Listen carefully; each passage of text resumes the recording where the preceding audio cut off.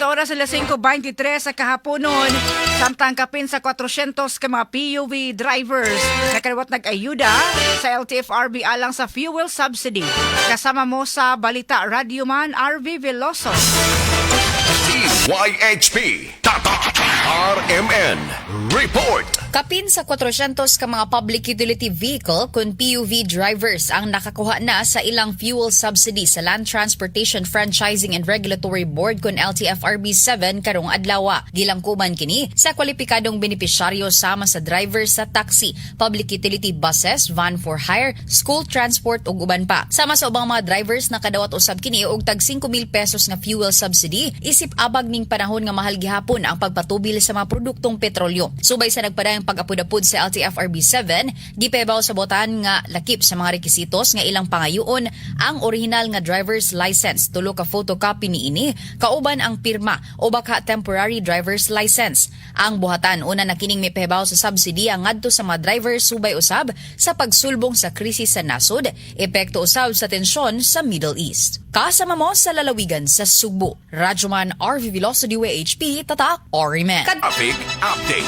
Ato karon nga sa tao na makahimtang sa kadalanan ning adlaw nga Biyernes ug uban pa nga report. Pinagi sa report ni Radyoman Josephus Quijano, JQ.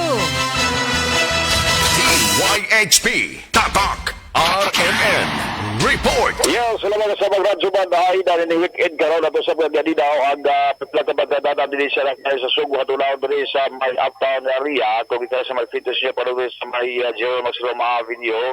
Moderate to heavy traffic karabara sa slow moving padung sa may Esquina Soriano o diri sa may reclamation area sa may pier area. Samtang ang Jones Avenue gikan diri sa may Colon padung sa may Fenty moderate ang dagan sa mga sakanan. Samtang ang B. Rodriguez slow moving karon maskan padung sa may Virama Avenue.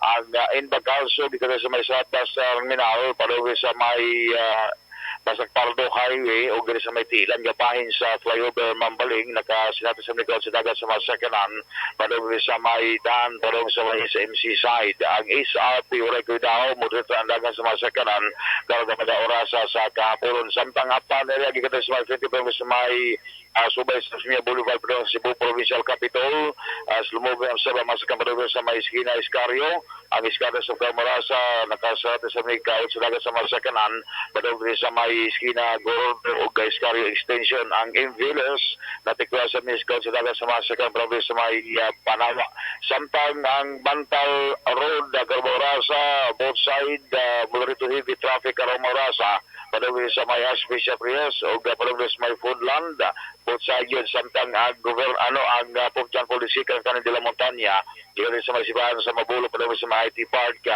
motor to heavy traffic sa Carabaga Orasa samtang ang reclamation area ang Zuli Guano Avenue Cardel nakasati sa likod sa dagat sa Maskaran padung sa may Tayud sa may Bagungdan sa may Paknaan samtang ang downtown area wala kabarakan moderatan dagat sa Maskaran pita sa Maning Mapini Panganiban ang Konserem di Gaspi Pilais Colon ug ingon ang Smea Boulevard ug Panganiban paliplag ka sa tasyo kawas kawan ning kawasan ng Biyernes gikalas kawas sa traffic update ng Radyo Man Joseph Fosgano DYHP Tatak RMN Radyo mo Nationwide.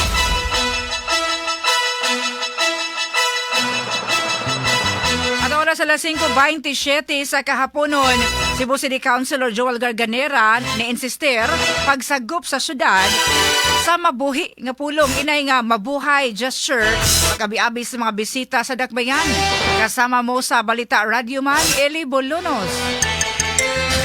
YHP Tatak RMN Report. Gi-insister ni Cebu City Councilor Joel Garganera pagsagop sa syudad sa mabuhi inay sa mabuhay gesture pag-abi-abi sa mga bisita sa dakbayan. Ang mabuhay gesture nga gi-introduce sa Department of Tourism kung DOT magbutang sa tuong kamot o sa duha ka kamot sa dugahan. Gusto sa City Council nga kini sagupon sa syudad isip paghangop sa mga dumudoong ilabi na sa langyaw mga turista. Way supak nini ang konseho apan gusto ni Garganera nga mabuhi ang termino nga gamiton og dili ang tinagawag nga mabuhay. For us to have a true identity of the Cebuanos, let us use our own language. village, which is mabuhay. Anyway, it has the same meaning, mabuhay, mabuhay. But to give the focus about our heritage, our culture, let us showcase by using the very language that make us Bisaya. Si Konsehal Joel Garganera, ang City Council suporta hinoon sa sugyot ni Garganera, kinsa doon na advokasya pagpalambo sa pinulungang Binisaya. Kasama mo sa Cebu City Hall. Siningin yung radyo man, Eli Balanas, DYHP, Tatak, RMN. Radyo mo nationwide. At oras sa 5:29 sa kahaponon, Lenwen Olanobre, mayong hapon ka sa mga idol namin sa radio diri sa April Carmen Cebu, Purok Talisay, Lenwen Olanobre ni. Salamat. Please ko greet Nanay Eri Boyles og Vanessa Peralta Buslon, Amariva Nicolette Boyles og Ola Boyles og Minik Boyles di sa Ubay Bohol. Kaya ni Cha Boyles. Reynaldo Canada, good afternoon watching and listening here sa Leyte. Kumusta mo di sa Leyte? Mayang hapon din yung tanan. At oras sa 5:30 na, luga pa mga balita ang magkasama og sa DYHP Sumbunganan. At pagbalik ko man sa mga pahinumdum.